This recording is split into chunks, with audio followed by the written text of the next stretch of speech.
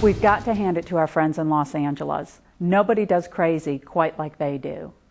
In the aftermath of Arizona's recent crackdown on illegal immigrants, the City of Angels has thrown a collective temper tantrum over the idea of taking border security seriously.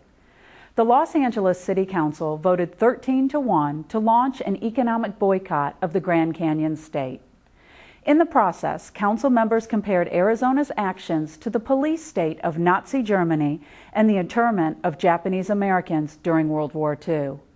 One Hispanic councilman claimed that he would need a passport to travel through Arizona. And some of the more wild-eyed illegal immigrant activists even called on the Los Angeles Lakers to boycott their playoff series with the Phoenix Suns.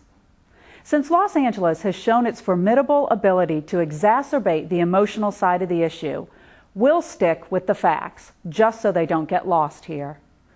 Arizona's immigration law does nothing more than enforce a federal law that has been on the books for 70 years.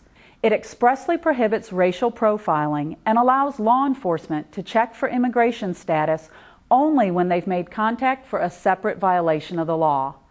In essence, it's no different than Washington's policy, except for the fact that Arizona's law is actually expected to be enforced. As for LA's boycott, well, it's a little shaky on the details too. Read the fine print and you'll find that it's full of exceptions when the cost is too high for the city. Not that dollars and cents are exactly their strong suit out there on the left coast. Los Angeles has a budget deficit of $500 million, and one of its former mayors has recently predicted that it will be bankrupt in a few years. Of course, it's also a sanctuary city for illegal immigrants. We'll let you decide whether or not that's a coincidence. Also, 30% of Arizonans are Hispanic.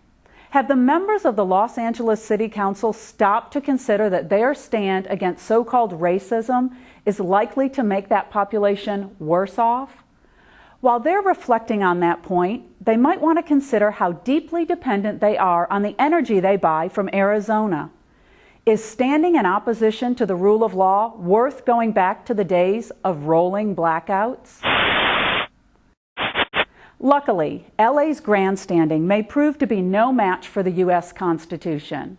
Since the founders decided to give the right to regulate interstate commerce solely to the federal government, it's not clear that Los Angeles even has the authority to unilaterally leave Arizona out in the cold. Count that as one more reason that we'll take the statesmen of Independence Hall over the politicians in LA's City Hall any day. That's this week's Freedom Minute.